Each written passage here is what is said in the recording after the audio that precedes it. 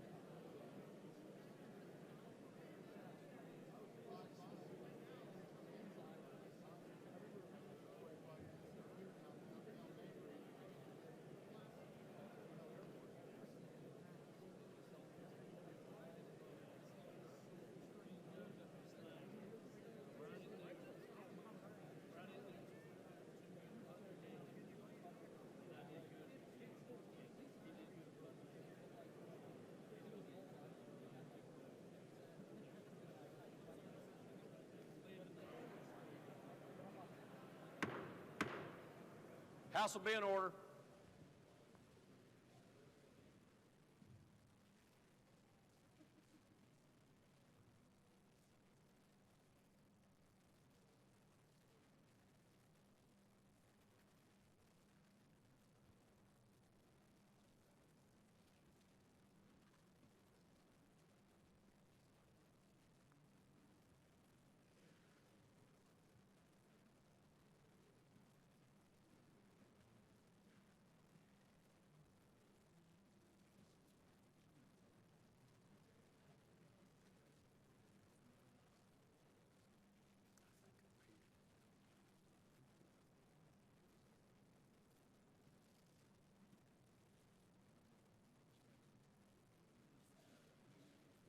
Chair recognizes the lady from the 3rd, Delegate Storch. Mr. Speaker, I present to you the Governor of the State of West Virginia, Jim Justice.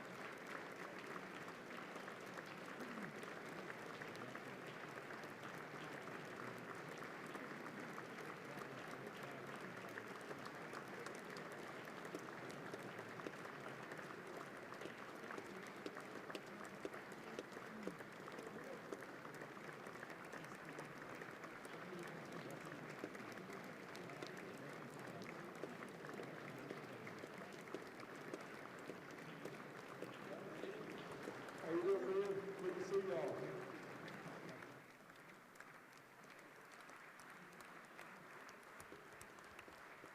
Hey, Brother Roger, Brother Rich. Ladies and gentlemen, His Excellency, the Governor of West Virginia, the Honorable James C. Justice.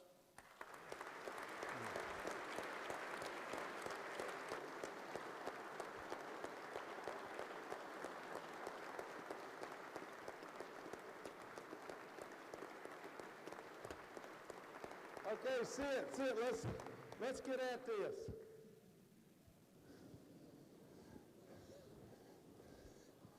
Thank you, sir. Well, when I was getting wired up out there just a second ago, there's a scene on Impractical Jokers where they have a ball of wires and they're in a mall and they're trying to get somebody to untangle it. And Marshall and I were fighting with that just a few minutes ago, I believe. But nevertheless, it's great to be here. It's holy ground, sacred ground. And I know just how serious and how big of an impact we have on so many.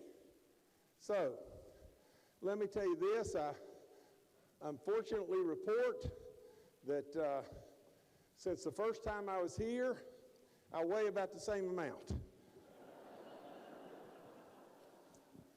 Now, that's not good news. But I hope tonight I'll have a lot of good news for you. You know, I know how hard you work. I know how hard it is to serve. You know, I know how much you have to sacrifice from your families and your businesses. And mine the same.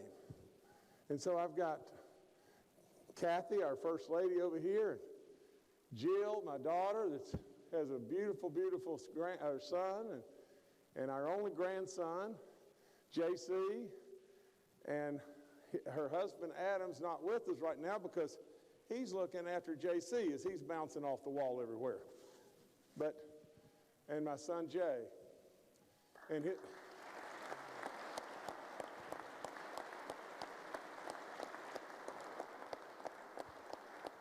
and his wife Catherine's not able to be with us tonight.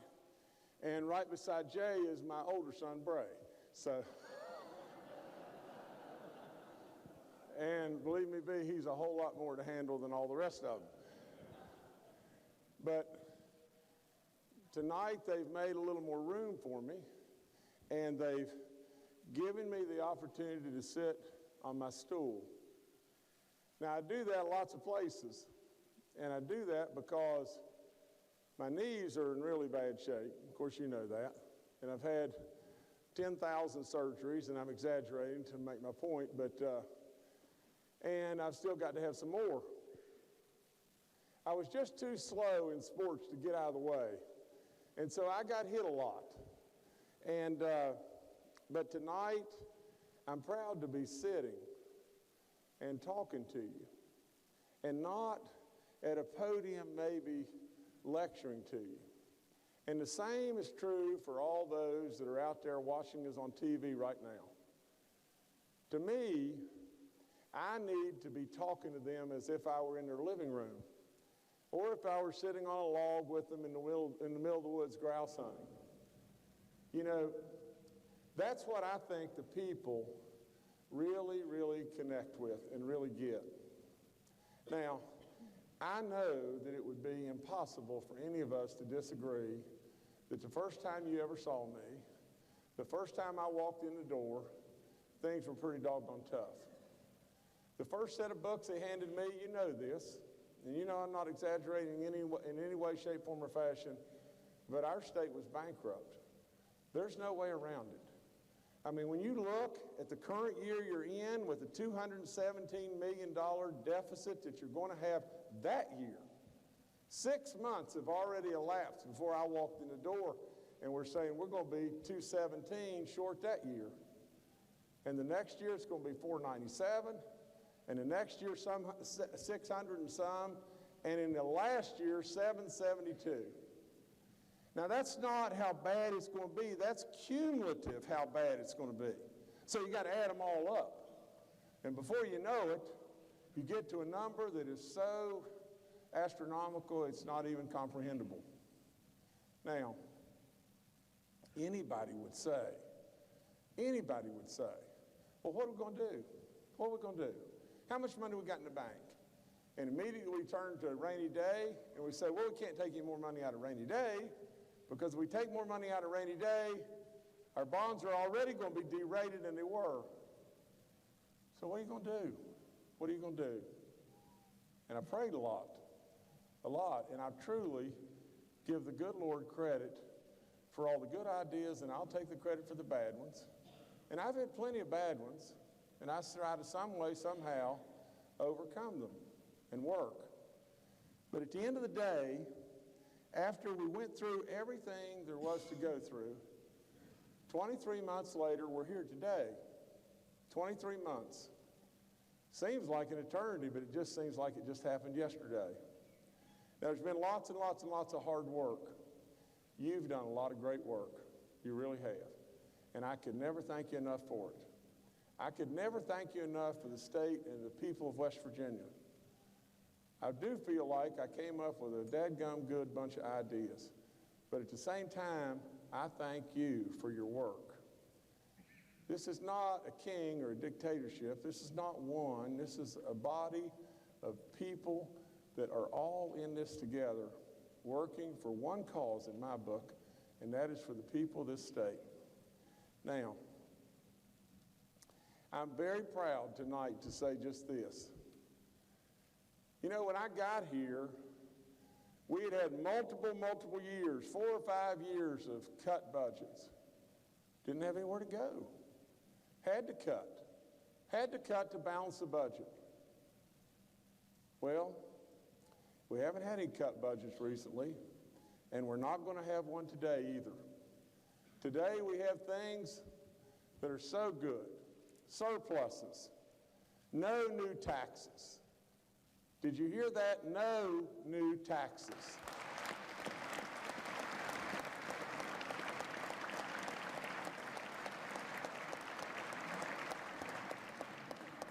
In fact, we're going to embark on significant tax cuts. Now, I know there's those out in the Never Never Land that are wondering, well, how? How can it be?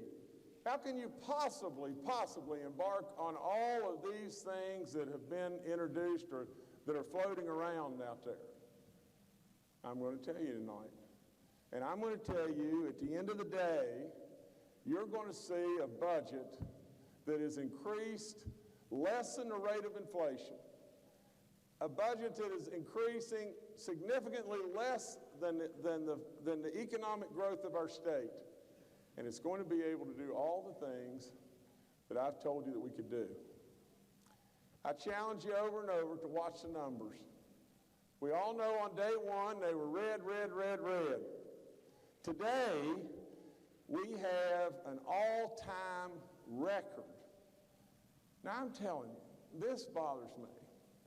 But when you're able to announce to the world, whether it be the media or social media or all of our friends or whomever it may be, but you're able to announce that the biggest in the state's history, that's pretty damn big to me. I mean, that's all there is to it. The biggest in the state's history. The biggest in the state's history. For 6 months. A surplus bigger than we've ever had before, and the largest revenue that we've ever had before in the first 6 months of collection. You know, I tease about Bray all the time, but I'd say if you go back to ever in West Virginia, even Bray wasn't here then. Now, it's possible, but I'm not sure. We probably should get a birth certificate, but nevertheless, it is really an accomplishment. No one guy can do this. There's no way. Tonight, I would have said before, make education our centerpiece. You see, I've really been a believer that education is the hot spot that really can change our image. You know, so many on the outside, you and I know how good it is here in West Virginia. And we know how great our people are here. We know how good our schools are. And we know how low crime we have and all the goodness that we have and the beauty beyond belief. But the outside world doesn't know it. The outside world, in all honesty, thinks that we're, or maybe thought is the right word, that we're backward or we're absolutely naive. I've said it over and over, but maybe we have to kill a deer every day at school to feed the kids. But that's not the way it really is. That's not West Virginia. So I said, let's make education our centerpiece. It in itself, that stake we put in the sand right there, that very stake has changed a lot of our image. Now, we decided to make education our centerpiece. I am telling you, in my world at least, we have made education our centerpiece. Now, we have decided to invest. We got rid of A through F. We absolutely got rid of so much of the ridiculous testing, and we put control back in the local hands as much as we can. We absolutely gave a 5% teacher's pay raise, and we ended up giving a 5% across-the-board pay raise to all state employees. We did change our image. We still got a long ways to go, but we did change it. Very proudly tonight, I am saying that within my budget, I have included a 5% pay raise for all state employees.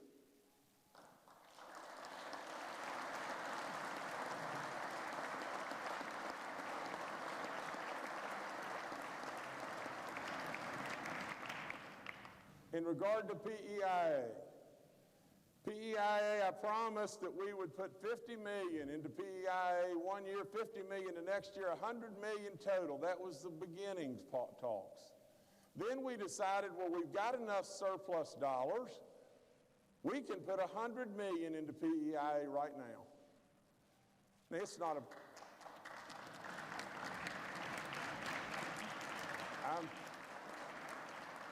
I'm really only getting started. And that's the good part.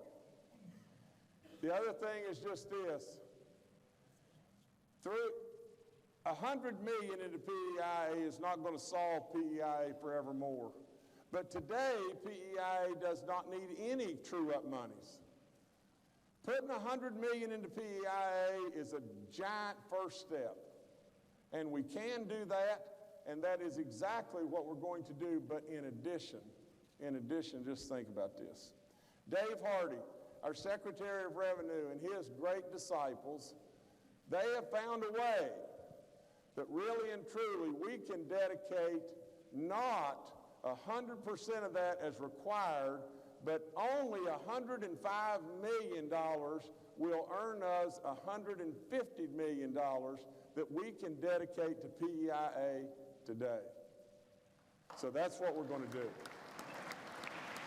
We're not going to do 100, we're going to do 150. And you know what we're going to do? We're not going to take one dime of that from the budgets, the upcoming budgets. Now, I'll talk about that again in just a second. But, am I messing up here somewhere? My PBS mic's not on. Well, that's good. Let's just take time to fix it.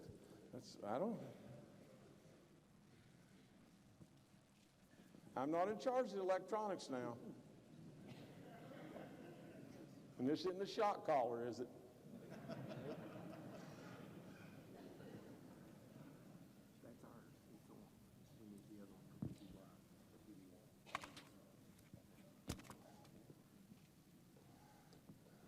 While we're doing that, I'm going to untangle the wires. No, I'm not either. I can't pull it off.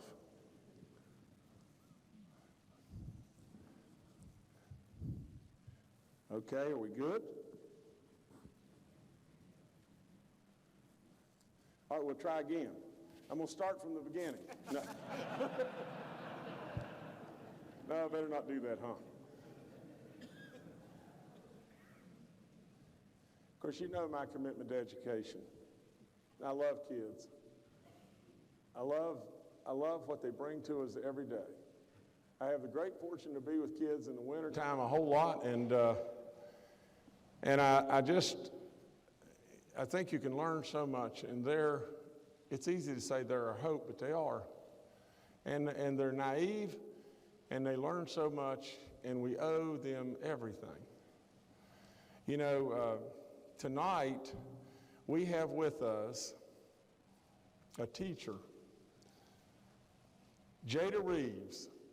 She teaches at Bradley Elementary School. Bradley Elementary School, and my son Jay and Jill know Bradley Elementary School really, really well because Mo Ball, who's sitting here in the grandstand here with us somewhere, Mo Ball took them. Mo Ball was a custodian at Bradley Elementary forever, and he was a basketball coach at the school and did great stuff with lots and lots and lots of kids, and is my best buddy on the planet. Now, so Jay and Jill went there many, many, many times working and honing their basketball skills with Mo. But if Jada Reeves, our 5th grade teacher from Bradley Elementary School, would please stand up. And let's recognize her as our Teacher of the Year.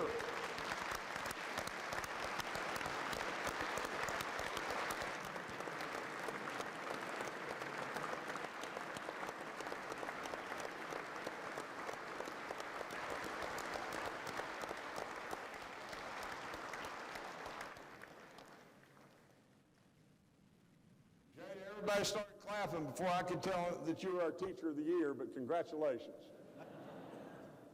Now, they must love you in every way, and so do I. Thank you. Another individual I'd like to introduce real quickly is Dan Anderson. Dan Anderson leads our charges at Appalachian Bible School, and what he's done at Mount Olive, he needs a great big round of applause. So wherever Dan is he here with us tonight? Please stand, Dan.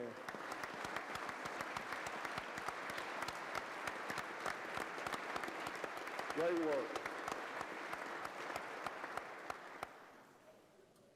Tonight I'm putting a challenge out to our State Department of Ed. We have to improve our math scores. In 2020, right now, we've got to get it done very quickly. Right today, we've got to go to work, and we've got to improve our math scores. We've got to do something about absenteeism. And we've got to make West Virginia the first state. You know, I love to say first. I love to say first. The first state to offer a computer science class in every high school within our state. The other thing is I want them to always be revisiting our state aid formula just to look at ways or possibilities to always make it better.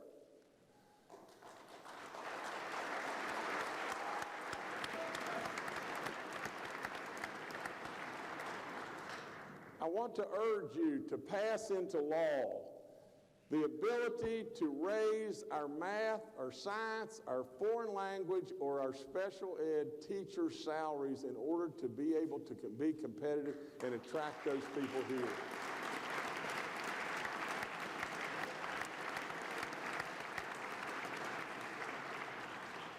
I want you to allow our teachers to be able to bank their leave days. We got away from doing that, but I absolutely believe that it will be beneficial to us. It will surely help in our absenteeism, and it will be beneficial to our teachers. So,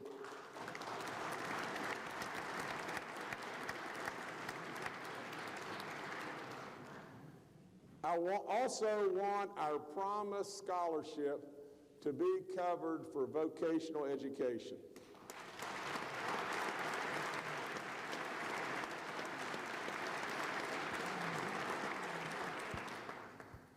Now, we have a real special project within West Virginia that's been amazingly successful.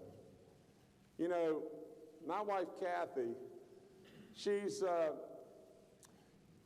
not involved like a scattergun in every project known to man, but nobody is kinder, nobody's more directed, nobody is more sincere to communities and schools than Kathy.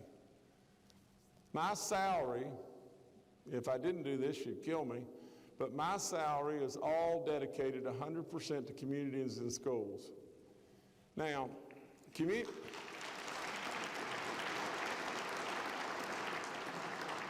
communities and schools, I think in West Virginia really started in Greenbrier County. Now, there was a lady that brought it there, I think it was Emily Haas, is that correct, Kathy? And really brought it when Bobby Haas was with the Dallas Cowboys and they moved back or to Greenbrier County. It is incredibly successful. It is unbelievably successful. Tonight you're going to hear a lot about just this. We have got to refocus ourselves on our youth and some way steer them away from this horrible drug epidemic and help them become a workforce that we've got to have in West Virginia. Now, the site coordinators working with kids in communities and schools do an unbelievable amount of work and they touch kids when they're having troubles, they're having all kinds of issues. A lot of us, maybe here, don't realize just what they do and just how good they truly are. In Greenbrier County, I think they have a 100% graduation rate. And today, we're only in about 3 or 4 counties within West Virginia, and we've expanded that since we've been here and since Kathy's gone to work on that. Tonight, I am calling for $5 million within my budget to expand communities and schools statewide. And I've got a special presentation because tonight, and forgive me if I mispronounce, but if this gentleman could stand, Dale Urquiagua, is that close? Is Dale with us tonight up here? If Dale would stand, Dale is the guru of communities and schools. And please give him a great big round of applause.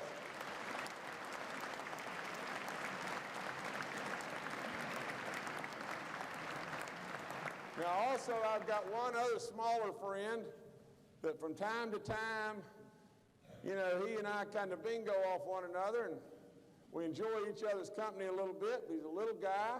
He's really involved in communities and schools, and I think we're going to show, wherever it may be, over here, we're going to show a little video.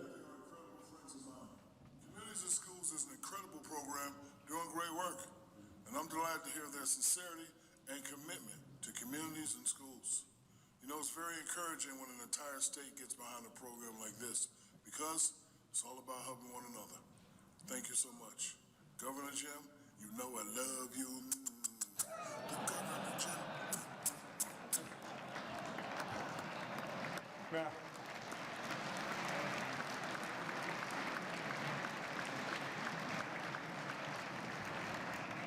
Shaq is really involved in communities and schools and does tremendous work, and he's a great friend, and don't pay attention to his kisses and love bit. But what a great person. If I could jump from this to commerce. In the Department of Commerce today, we have new leadership. We have Ed Gaunch. Ed.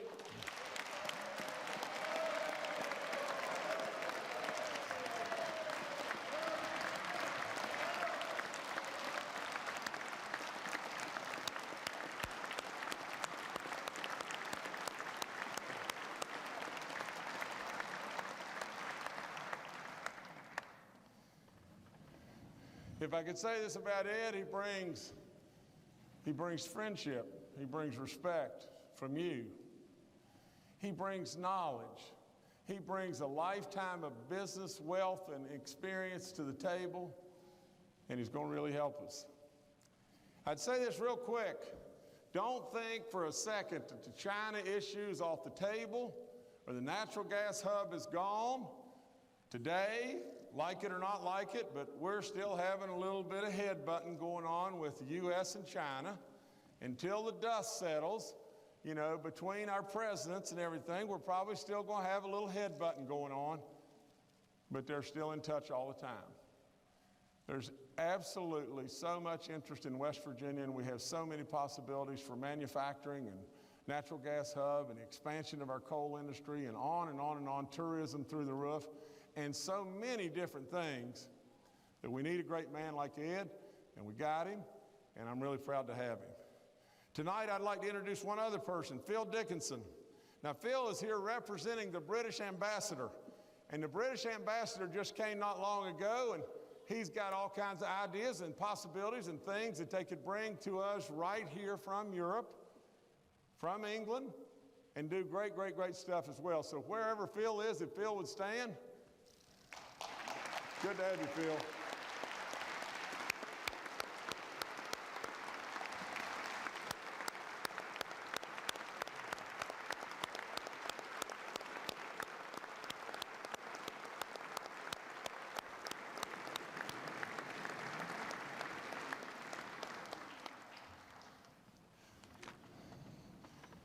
Okay, if I could jump from there to tourism. And tourism is another wonderfully bright spot within West Virginia. Wherever Chelsea Ruby is, I'd like her to stand. Where's Chelsea? Chelsea, great job. Great job. Unbelievable job. I mean, think about this. I think, you know, that we could clearly say that in 2017 we had unbelievable growth. We greatly surpassed the national growth.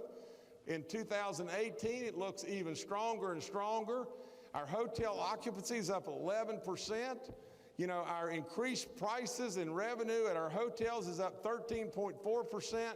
And I will be asking you for another $14 million because every dollar we put in tourism comes flooding back to us at the multiplier effect of 6, 9, 13 times. It's just absolutely an absolute cash register. We put the money in and it comes flying right back at us. We're seeing it every month in our surpluses. This is the state that ought to be the #1 state in the nation as far as tourism, and that young lady is doing one whale of a job. Thank you again, Chelsea.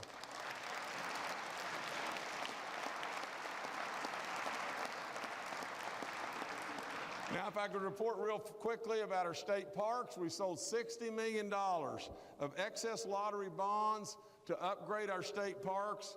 We have absolutely been doing that. That's all underway right now. You know, we're getting a tremendous response with our state parks, and there's just lots and lots of good going on there. And as far as our DNR efforts are made, you know, we've reestablished an elk herd in West Virginia. We're extending deer seasons. We're doing so many things with our trout and our streams, and we're exposing this state in so many ways, it's unbelievable. But now, let me just tell you one other thing that can be done. Now, a lot of people looked at me like a three-headed monster when I told you things and you thought, no way, coal severance tax aren't going to come back, this or that or whatever it may be.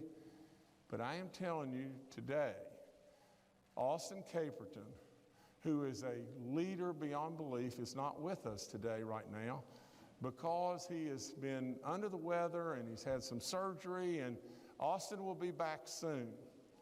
We miss him. You talk about a superstar. Now, he is a flat-out superstar. But here's what I am going to ask Austin to do tomorrow, and that is just this. It's something that we need so badly within West Virginia, it's unbelievable.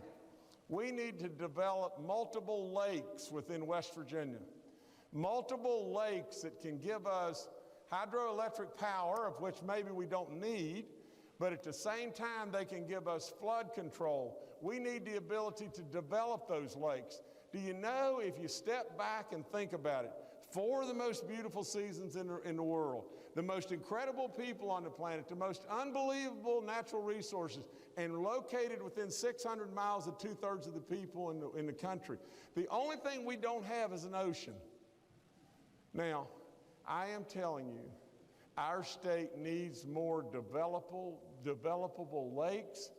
It is a project that you may think is a pipe dream, but I am telling you without any doubt, there is an infrastructure program about to be announced by our president, and we need to be at the line waiting. Austin Caperton will lead the charge for us. Now, if I can switch to that from there to roads. Our Roads to Prosperity program, no one can deny. It's absolutely been a knock it out of the park, home runs, grand slam, grand slam, grand slam. It's created all kinds of new jobs. Absolutely, it's working in every way. We salute all the great people that made the licks and made everything work and go together and happen. Before I get into the last component of this, I would say to the people that are out there in the world, the tolls on the turnpike are going to change to $4 in a couple of days. And we have pleaded with you to buy your easy passes that are almost going to cost you next to nothing. You know, the idea that mountaineers, now others out of state can go too, but mountaineers should go free. And that's as close to free as we'll be able to ever get it. You've got to go buy your easy pass. We cannot make the horse drink, but we can take it to water, and we've taken you to water, so you have to go apply and buy your easy pass. Now, we got a terrible backlog with the easy pass situation, and we almost caused the dog mess of all times. We could have been out there at the toll booths, you know, on January 1st, writing people notes and saying, well, you can go and you can't go, and before you know it, we'd have had traffic backed up to Pittsburgh. But we figured it out, and we got caught up, and we've had up-teen people that have put in all kinds of licks to get caught up. You know, my office, Parkways, everybody in the world, and we are caught up. And so please, if you have not applied, apply. Now back to our roads just a second. We've done, I don't know how many, but it's hundreds of projects already. Here's the very thing, though, that we need to do. We've got to shift a little bit of the focus, and we have had extensive discussions with the bondholders and everything else that we can do this. We've got to pull some of the money out of the bigger projects and move some of the money, or significantly more money, not more than all the big projects, but a little bit of the additional monies over to fix more of our secondary roads.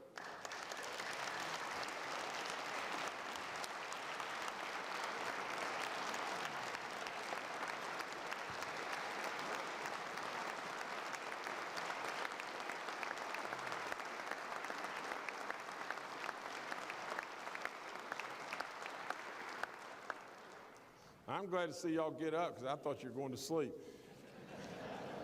Okay. If I could have General Hoyer stand, where's General Hoyer at? Okay, we're going to all stand again for Youth Man.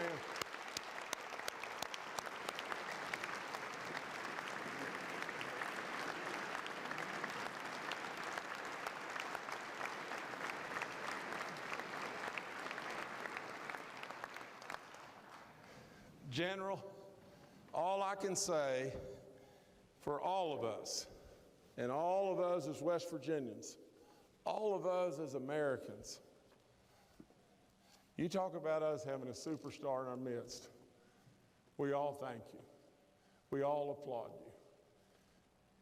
you. You know, I think of so many things, whether it be Rise or whether it be just the fact that he's ready at any moment to lay his life down for all of us. Absolutely, this man and what he's done is unbelievable. You think about the Guard has brought in 300 jobs in the last near future or near past.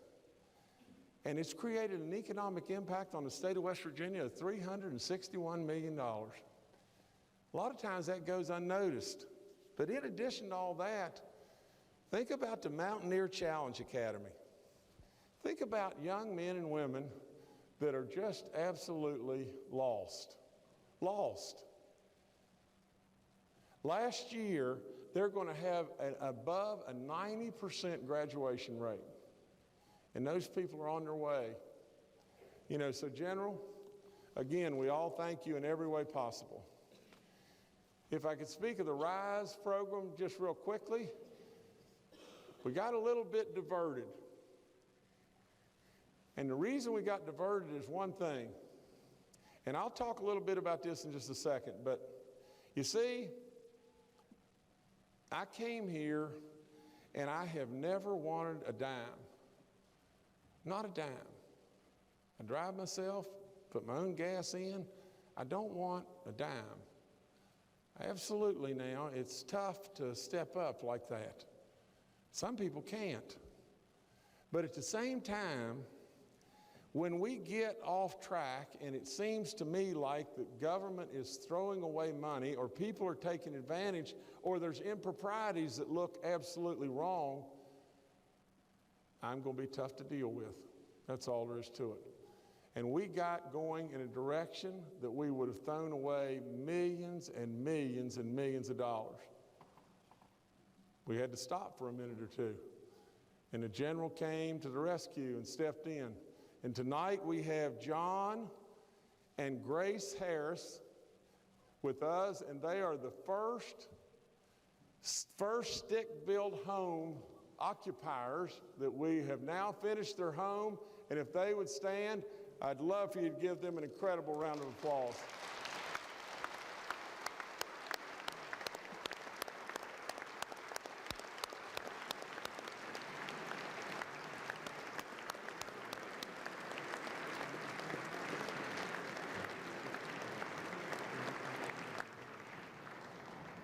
There's lots more to do, and the General's all over it, and there's lots more to do. There's significant dollars out there that are at our fingertips that we may not have to have all the dollars for the flood victims, and we may be able to redirect some of the dollars into economic recovery or redirect some of the dollars into something that I feel is a real pet peeve, and that is just this. You have a senator in your midst tonight, a good man that has been after this project for a long time, and that is some way tearing down these abandoned homes and abandoned buildings that scatter all over our state and clutter us in every way. And so we're going to try to redirect some of those dollars and do just exactly that. Now let me jump to the veterans. Our veterans we owe all to. We all know that. We were able to exempt their retirement. Good stuff. There's a few other things that we're able to do right now that you'll see in the budget, and good stuff. But I can tell you just this. For any of us here that think that we don't owe every single thing that we have to our vets, we're just plain wrong. Dennis is here with us tonight. If Dennis would stand, let's give him a big round of applause.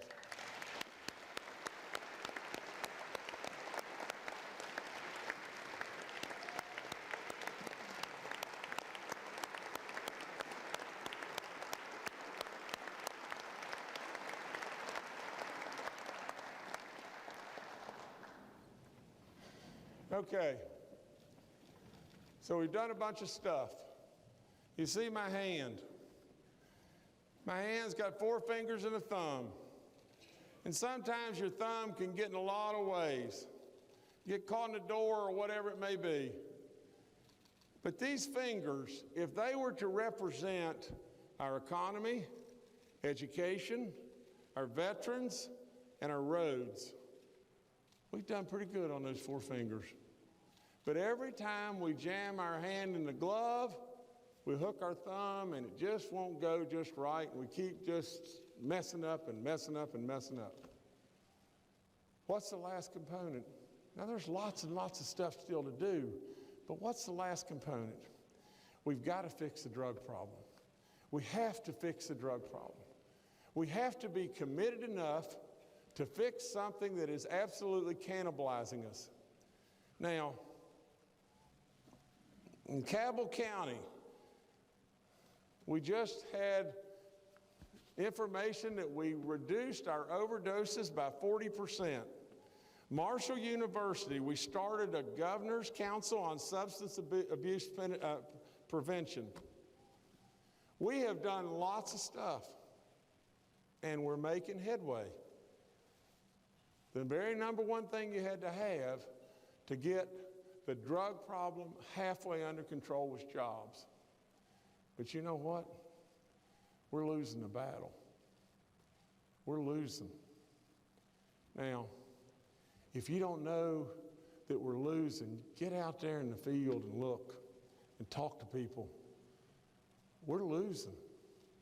So I'm going to ask you tonight to trust me. I'm going to propose a program to you right now, and I'm going to ask for your trust. You see, I would say to you just this. What would you do? What would you do if you were in a baseball game or a softball game? What would you do if the count was 3-2? What would you do if the bases were loaded? The other team was at bat, and your team was 1 run ahead. The bases are loaded. The other team's at bat. There's 2 outs. The count's 3-2. You're on second base. You're in right field. You're standing there pounding your glove. And are you saying, as the pitch is on the way, are you saying, please, Lord, don't let them hit me the ball?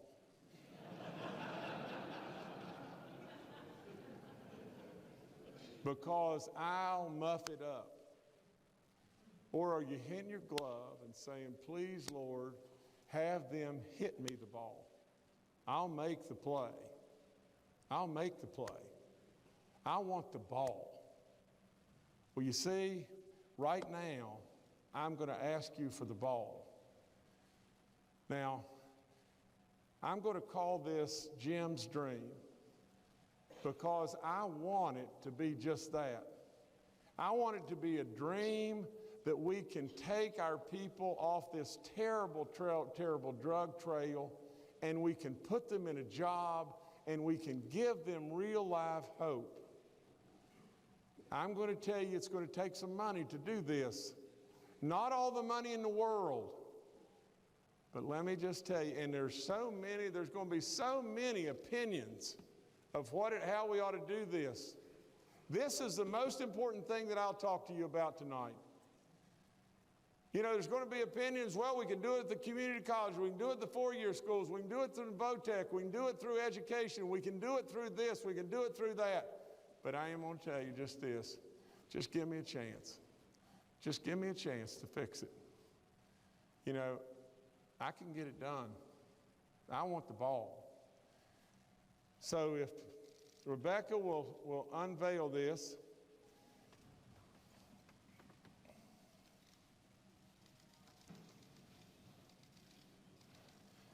The J is going to stand for jobs.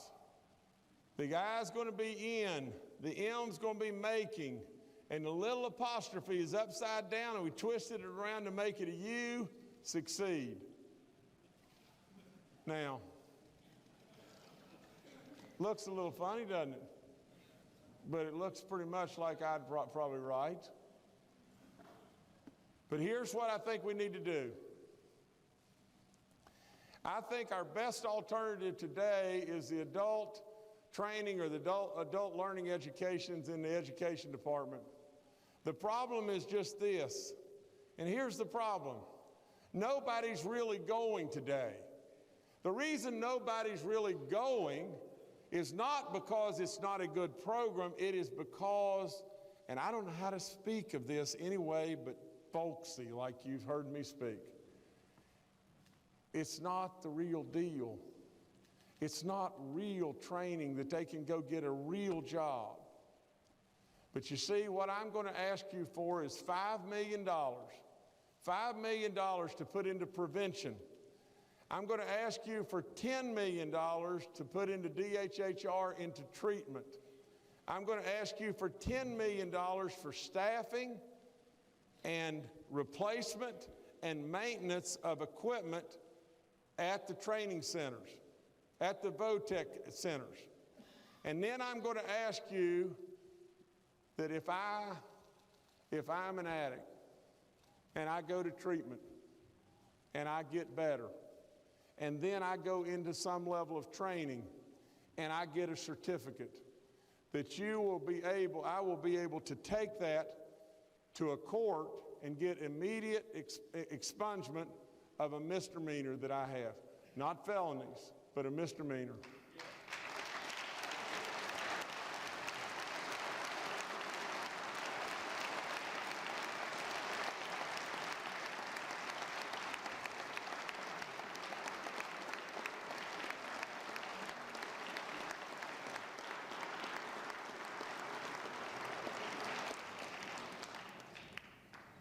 I want to tell you one more time how it's going to work. Through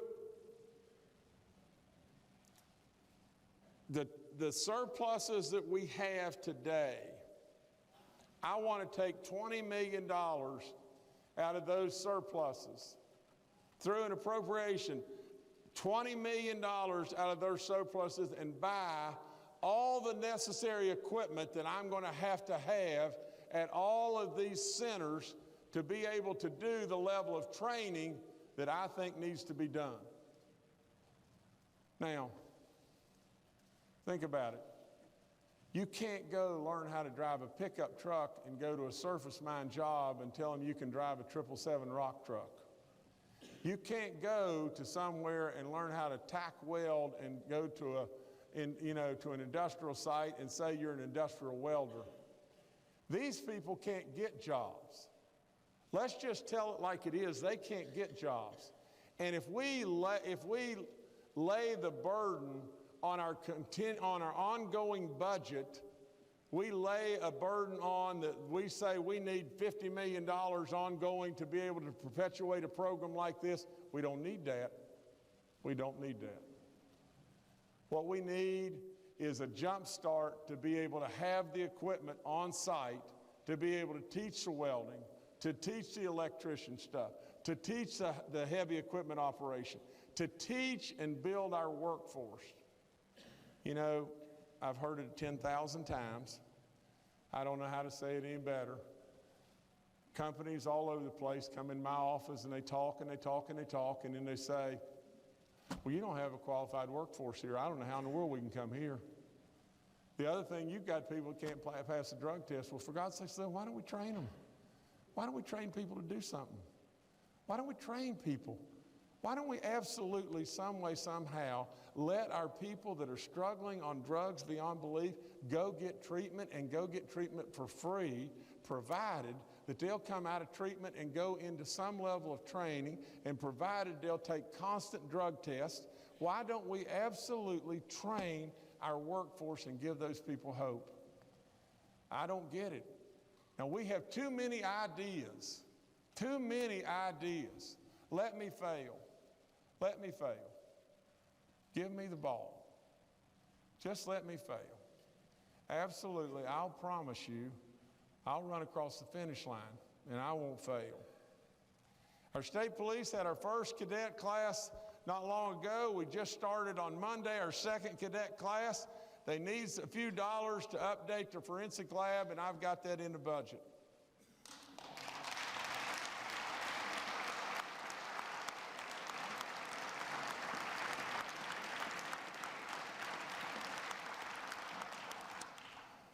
Child welfare is a real issue.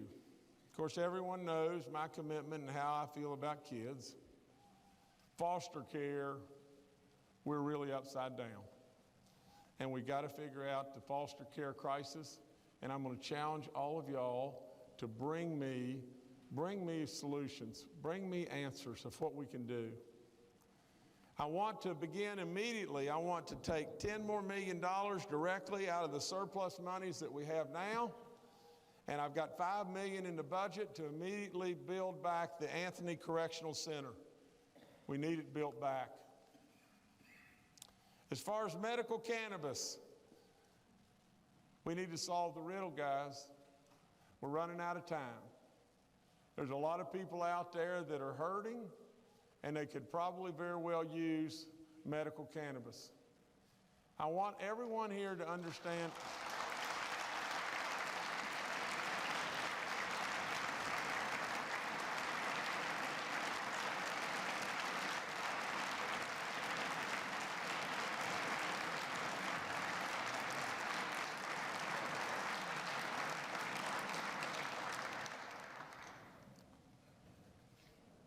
I want everyone here, though, to understand this and understand me loud and clear.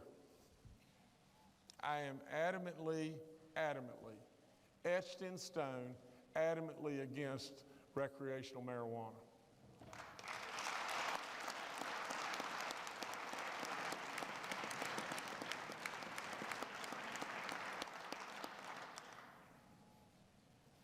Today, and this is the fun stuff, today I'm requesting the elimination of the business inventory and machinery tax.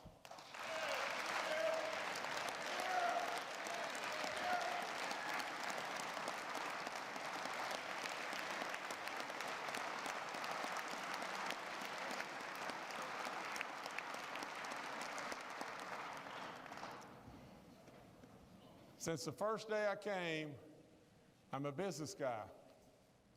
I haven't changed. I'll tell you the truth. I'll tell you what I think, and I'll make mistakes. I'm a business guy.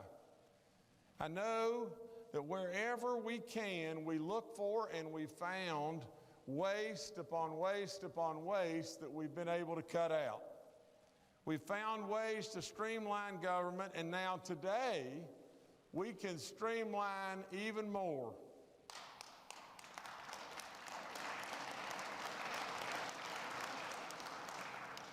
We have found 2,007 jobs in government today that have not been filled in the last year.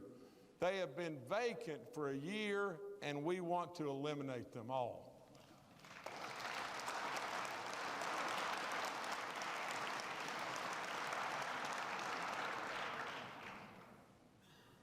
Now, I don't mean this in any way to sound like a tough guy or whatever, but I meant it when I said that as far as I've done this job for nothing, and if you're going to do something for nothing and put your heart in it, you're not going to stand back and stand there comfortably with your buddies and your friends wasting money and have everybody just on the dole and think it's okay. It's not okay.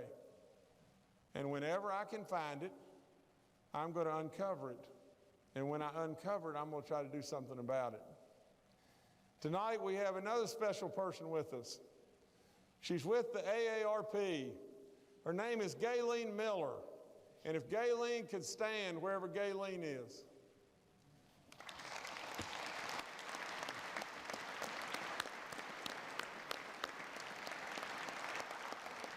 Now, Galen, don't sit back down, Galen. Stand, if you would, just for 1 second. Because together, you and I and all this great body, I have sent up, and now today is the time for us to eliminate the tax on Social Security.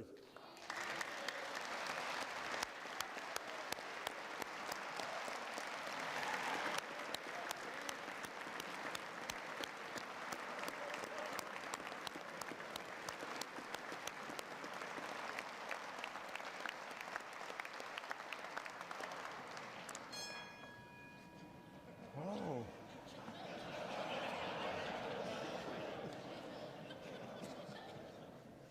Was that one of your members that was ringing that bell? Okay, let me just say this, that what we're going to do in regard to Social Security is two things. We're going to give you a choice. If you want the $8,000 deduction, you can keep that. You can't have them both. If you don't want that and you want totally exempt on your Social Security from state income tax, you got that. Your choice. It's time to create an intermediate court of appeals in West Virginia.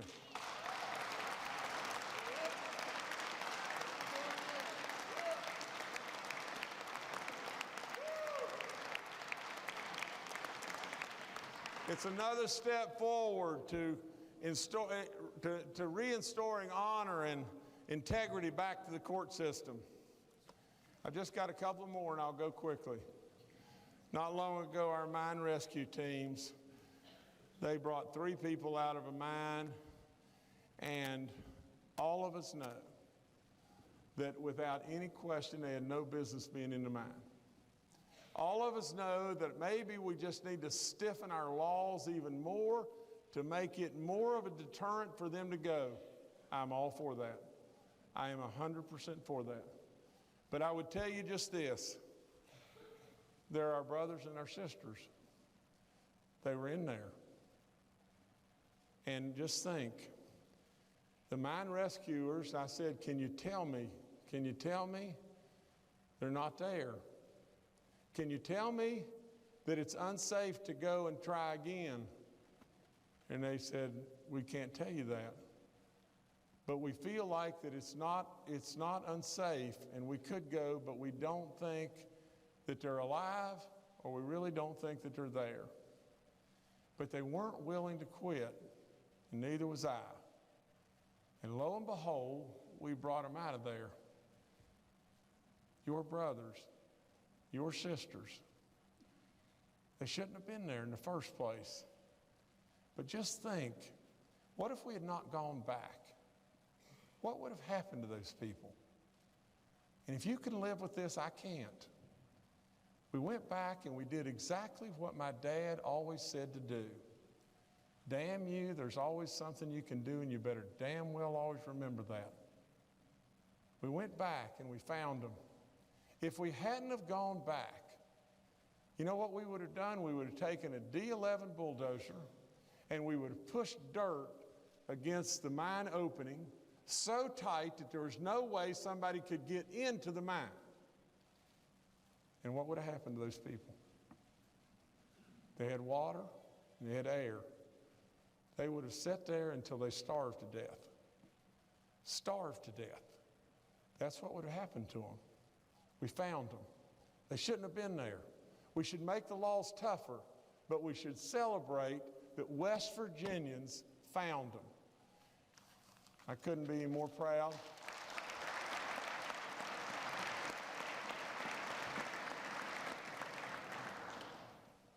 Now I'll end by just telling you this.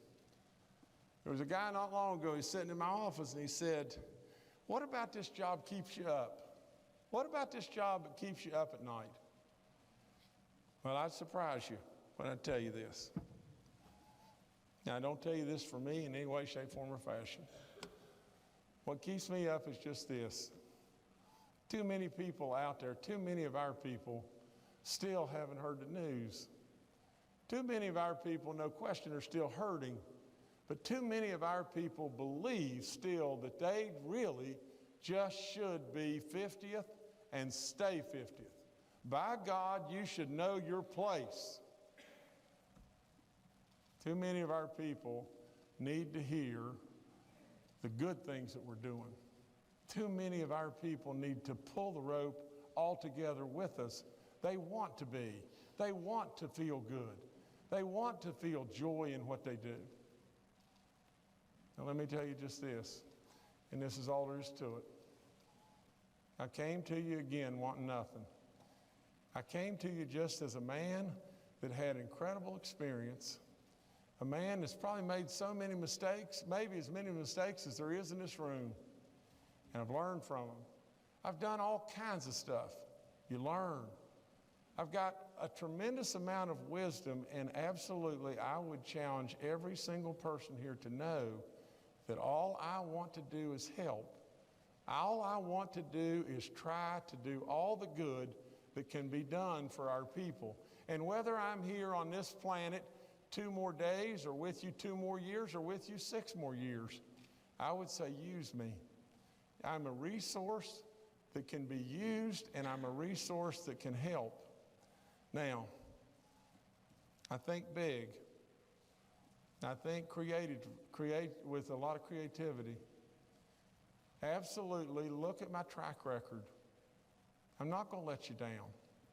I'm absolutely not going to let you down. So at the end of the day, I've said this over and over and over. I meant it when I came here and said everything that I've just got through telling you. I meant it when I've said over and over and over that all I've ever really wanted for this state is goodness and its people. That's all I want. And I meant it when I've said to the people and I've said to you that I love you, and I do. So with that, I'd say God bless you, and thank you again for having me, and let's get to work and do great work. Thank y'all.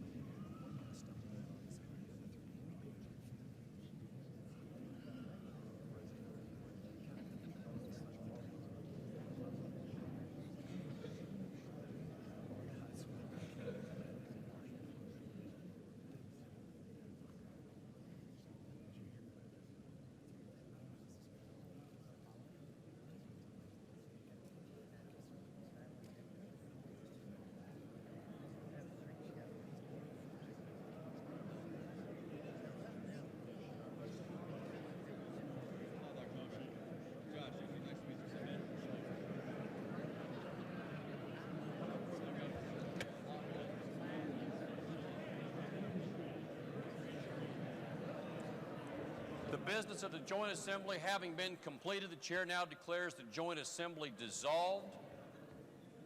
Chair would ask the House to remain in session briefly for the continuation of other business.